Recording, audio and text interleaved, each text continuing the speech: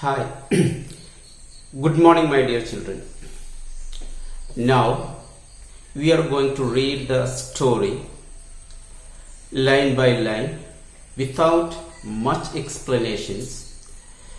The name of the story is A Face in the Dark. So, in the story itself, there is a mystery or there is an uncommon term, that means dark and face. So face actually we can consider somewhat it is the symbol of light. Face can be seen. So face is related to light in one way and dark. So here the title of the story is A Face in the Dark. The story, as you know, it is written by Ruskin Bond, an Indian English writer. So I will discuss, we will go for further analysis and explanations and the other suggestive meanings of the story, some other denotations, and all we will discuss after once we completed the story reading. Now listen to me carefully. Take your book in your hand. Also use your pen or pencil for marking the word meaning or the sentence structures. You can underline it. You can write at the side, at the border or the margin of the page, so that the visual memory will last more than you are reading, than you are that means comprehending this lesson. So for the examination also it will be helpful when you are thinking of the text, this visual image, your writings, underlinings and the marks and all that easily you can visualize and remember. I am directly moving on to the story. I am reading it. Please keep on listening, not to lose the consistency of the reading. I will be giving a very light explanation of the story. Sometimes I won't give any explanation at all, because the story already it is written in very simple, and in theme also, in language also it is very simple to understand. Okay, we can move on. The story starts like this. Mr. Oliver, an Anglo-Indian teacher. Is Anglo-Indian teacher means is either his parent, that means father or mother belong to English. Yes, an Anglo-Indian teacher, Mr. Oliver, was returning to his school late one night. So he is coming. So we can understand it's a residential school. He was coming back to school in one night, late night, on the outskirts of the hill station of Shimla. We know Shimla is a very beautiful place and it's a mountainous place it is, and it is the school located at the outskirts of Shimla, not in the town. It is at the boundary of Shimla, near to Shimla town. It's the outskirts of Shimla. From before Kipling's time, Kipling is also an English writer. Before his age, before his time, the school had been run on English public school lines, and his school, we are talking about the school. That school also located in an English medium school line. There are many schools in that lane. So this school also belonged to in the same English public school lanes, and the boys, most of them from wealthy Indian families. Most of the students who were studying that school, we can understand, is a rich school. It's a premium level school. The affluent families only opt this school for learning, because the boys in that school is simple, that they wore blazers, caps and ties. So this was the uniform in that time. So nowadays many schools are using blazer, tie and all as their uniform, as part of their uniform. But in those time also, the boys of that school, they were wearing that. Once Life magazine is one of the magazine in English, in a feature on India, in their feature about India, they had once called it the Eden of the East. They covered the school as one of their features about India. In that feature, they called the school as Eden of the East, because Eton is one of the most famous school in London. So they compared this school with that school, and they called this Eton of the East. Mr. Oliver had been teaching in the school for several years. Next paragraph. The Simla Bazaar, the market, with its cinemas and restaurants, and this entire means the township, was about 3 miles from the school, and the cinema hall, or we can say that the restaurants and all that bazaar located, because we said that school is the outskirts of Shimla, and so that it is 3 miles away. And Mr. Oliver, a bachelor, usually strolled into the town in the evening. Strolled means walk in a leisurely manner, jogging like, and walk very as an evening walk. Strolled into the town in the evening, returning after dark. And it's as a daily practice, as a routine. He walked to the town every evening after the school, and he come back to his place in the dark, in the night, when he would take a shortcut through the pine forest. And it is only 3 miles in the case when for Mr. Oliver only, because he takes a shortcut through the pine forest, so that otherwise the road is going in, that means around the forest, so it will be much longer. So usually he takes a shortcut through the pine forest. When there was a strong wind, now coming to the story, when there was a strong wind, the pine trees made sad, eerie sound that kept most people to the main road. And the reason why most of the people, they don't opt this shortcut, the reason is this: because during the night time, because of the wind, the pine forest will make a sad and eerie sound because of the wind, and the people are afraid of that sound, and that commotion, that atmosphere, that setting will make us afraid of or phobic to walk through the forest. So the eerie sound we have discussed earlier in another lesson. So it will make an eerie sound that kept most of the people, they walk through the main road, along the main road. But Mr. Oliver was not a nervous or imaginative man. So understand, our protagonist of the story is Mr. Oliver. He was neither an imaginative person nor he was nervous. So for him, nothing to worry.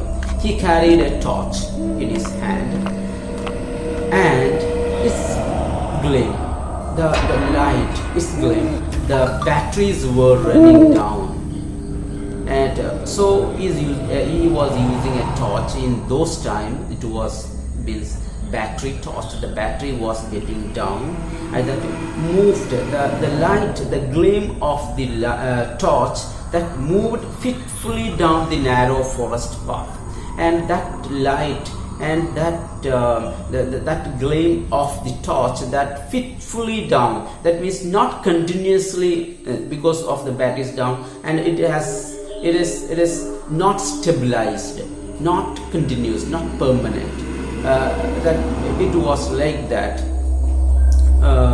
it falling like that through the narrow forest. When its flickering light fell in the figure of boy, the flickering light means that shivering, flickering, not continuous, not permanent, not stabilized, not strong, that flickering. So that is what the meaning of the word flickering. The flickering light fell on the figure of a boy. Here there was a figure of a boy inside the forest. That light, he could see that the light fell on the back of that boy's, the figure of that boy, who was sitting alone on the rock. That boy was sitting on a rock alone, It is in the dark. Mr. Oliver stopped. Boys were not supposed to be out after dark. Actually, boys are not supposed to be, the school boys, they are not supposed to be out from their school. They are not supposed to come out in the night, in the dark. So we sitting here in this dark time in this forest. We said that he was not an imaginative person. He was a genuine. He would think about the fact, the possibilities. So we sitting there in the dark. Next paragraph, look into it. What are you doing out here, boy? Asked Mr. Oliver sharply. That very as usual is in the same tone he asked in a sharp manner. What are you doing out here, boy? Moving closer so that he could recognize the miscreant, and he then asking that he moved closer to that boy in order to recognize the teacher can recognize who is the violator. Miscreant means a person who has done something wrong. Is called miscreant, a violator, a villain, or a disobedient person. Who is this violator? To realize that, to recognize that boy, he moved closer to that boy. But even as he approached the boy, Mr. Oliver sensed that something was wrong, and he went closer to that boy. At that time, Mr. Oliver felt something wrong because of the setting, because of the eerie sound, because of the darkness, the wind, and the boy alone on a rock. All this may be the reason he felt something wrong. The boy appeared to be crying at that time. The boy was keep on crying. His hand, how he was sitting, his hand hung down. He held his face in his hand, and his body shook convulsively.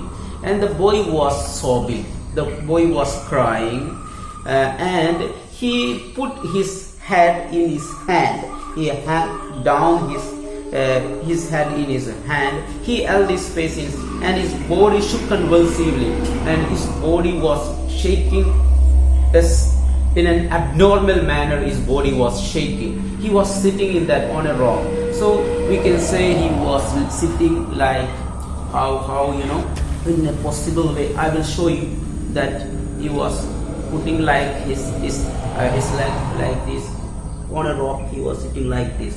His face was hiding inside his hand. He was like this, and on a rock he was sitting like that. His body was shaking. It was a strange, soundless weeping. The sound of his weeping was what we can say. It was a soundless weeping. Means or a kind of air sound. It's not. The sound is crying. Sound is not coming. It was a soundless weeping, and Mr. Oliver felt distinctly uneasy. So very clearly, Mr. Oliver felt something wrong or uneasy. He felt. Well, what's the matter? He asked, his anger giving way to concern. So far for Mr. Oliver, he was a bit angry about the boy, thinking that someone has come out of the hostel and sitting on a rock in the night, in the darkness, alone and weeping. He was angry about the violator, about this villain. Now his anger has given way to concern, to consider. So this is something serious. What are you crying for? The boy would not answer or look up. Again he asked, "What are you crying for?" The teacher asked, but he was not giving any answer. Neither he was not looking up also. His body continued to be racked with silent sobbing. His body again moving. Racked means that again moving abnormal manner with his sobbing. His body was moving. Come on, boy. You shouldn't be out here at this hour. Tell me the trouble. Look up. The boy looked up. He took his hand from his face and looked up at the teacher. The light from Mr. Oliver's torch fell on the boy's face. If you could call it face. At that time the boy looked up and at the teacher, and the torch light fell on his face. At that time, whether Mr. Oliver is telling that if you could call it a face, it had no eyes, ears, nose or mouth at all on his face. It was just a round, smooth head. There was nothing, no mouth, no organs was there on his face. There were nothing on his face, no mouth, no eyes, no ears, nothing, just a plain round. With a school cap on top of it. That is why he can realize that this is one of the school student. Actually, the story should end there and here, but for Mr. Oliver, it did not end here. So the story is over. Okay, he happened to see a boy sitting on a rock with a faceless face, we can say, for convenience. But the story did not end there for Mr. Oliver. Look into the story. He says, but for Mr. Oliver it did not end here. We are continuing the story. The torch fell from his trembling hand. That torch, so because of the shock, because maybe by fear, the torch fell down from his hand, from his trembling hand. He turned and scrambled down the path. He moved very fast. He ran down the path. That torch already that has fallen down, and without the torch and light, he ran down the path, running blindly through the trees and calling for help, calling for help. And he just ran down through the forest line without the torch and light. He was still running towards the school buildings. Keep on after the pine forest also, he was keep on running towards the school building, when he saw a lantern singing in the middle of the path. And on the way he saw a lantern means a hanging light. We can say that hanging light, a lantern. You might have seen in olden days onwards, there was lantern. That using a lantern was singing. He happened to see a light, a lantern was singing. It means that somebody was holding that lantern.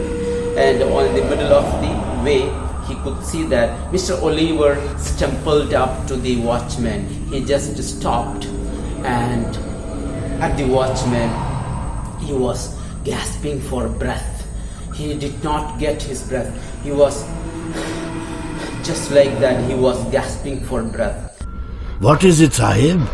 Asked the watchman. The watchman first asked to him, Sahib, what's the matter? What's it? Has there been an accident? Why are you running? I saw something horrible.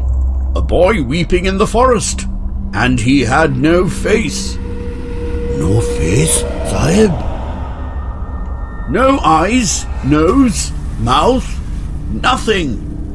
Do you mean it was like this, Sahib? And asking this, he just put his lantern up and shoved his own face and asked to him, you mean it was like this? You mean the face of that boy was like this? And when Mr. Oliver looked at the watchman, also having no face, no eyes, nose, mouth, ears at all, it was same just like how was the boy. And even not an eyebrow, even there was no eyebrow at all in the face. And that is when the wind blew the lamp out. And so at that time a wind came, and the lantern that shut down, that went out, the light has gone, and after that the story stopped, means rest in God. So it is a plain story in that way, and it was an abrupt ending, we can say, without a conclusion. He stopped the story. They concluded the story in another way. He finished, and now the doors are open for our imaginations, and the doors are open for our discussions. We can go for further and more discussions in this story. Dear children, once again we can look into the story in detail, in the sense that not related to the storyline. We are moving on academic line through the story. Look at the first paragraph of the story. He was talking about his job and his lifestyle. Mr. Oliver, at the very beginning of the story itself, the protagonist of the story has been introduced. We can understand who was he. He's a teacher. He's an Anglo-Indian teacher. Anglo-Indian teacher means we told that either his father or mother belonged to English people. So he was like that. And then the school located, the area also, it's an hill station area that is called Shimla. And we know the place. Shimla is a beautiful place, and there were many schools also.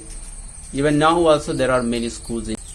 So possibly, how can you understand the school was a rich school, or it was a premium school? Only the affluent families, they means take admissions in that school. The reason, the indication is that in those time means that before Kipling's time. Kipling's that means in 1944 he has died. So before that time, so he has here used that school used blazers, tie and all as their uniform. So those we can understand as in those time who can afford the blazer and caps and tie and all. And even not only that, in Life magazine, one of the very most popular magazine, that they gave a name that it is an Ethan of the East, because such a superlative school it was, we can understand. The next paragraph talking about we said that the school located in the outskirts, and this in the next second paragraph is talking about the distance between the school and the township, and the distance and the pathway through on the road. Along the road, if we go, it is very longer, and by shortcut it is only 3 miles, and so that he can walk. And the third paragraph is talking about his personality, because he was dare enough to walk through the forest in the dark also. The reason is that Mr. Oliver was not a nervous person. For him nothing to happen. He was not worried about simple things. And nor he was an imaginative man. Imaginative man in the sense that he was not an imaginative in the sense that he was not a negative person. Imagination is not in positive sense. Here it is used in a negative sense, we can say. Imagination is a good thing, and imaginative persons can bring out good artistic forms and all. That is in another way. Here imaginative means that, you see, for us also most of the time this fear comes out of imagination, nothing else. Suppose if you are alone at a room in your home itself and no one was there for the time being, at that time you happen to hear a sound upstairs, or you happen to hear a sound near to your doorstep, something you heard, and then it give rise to set your imagination. You may think probably it may be this or that, or anyhow your imagination will go through that in a wrong way only. The reality may be entirely something different. So it is the sound of the footstep of someone is approaching and coming nearer and nearer, because the sound is also coming closer and closer, and you will compare the sound, you will imagine about it, then you yourself reach in a phobic mindset, a kind of, and in a trigger of something you will shock down, you will break down your means, because you will reach in such a level because of your imaginations. The people who are not at all imaginative, not at all caring about the situations or this kind of simple thing, they, in a cool manner, without much concern, they will stand there. They will stay there. So they will think about. They will open the door and look. Yeah, it's all nothing. This chair was about to fall. He just fell down. It was the reason. It was the sound, or maybe by wind, or even not only the sound. If we see a vision, a figure or something, when we are looking outside, there was not in the faint light we can see that someone was standing near to that banana tree. Someone is there. Yeah, he's moving his hand and he's trying to come out. He's trying to hide again in that something we may feel and we may think. This is imagination. This is what the imagination that will make us afraid of that figure. When the light comes, when the light fell on it, it was nothing. It was something, a leaf of banana that has fallen down, and it is standing like just a figure of a person, and we assume it as a person in darkness. So that is even enough to make us afraid. So he was not such a person.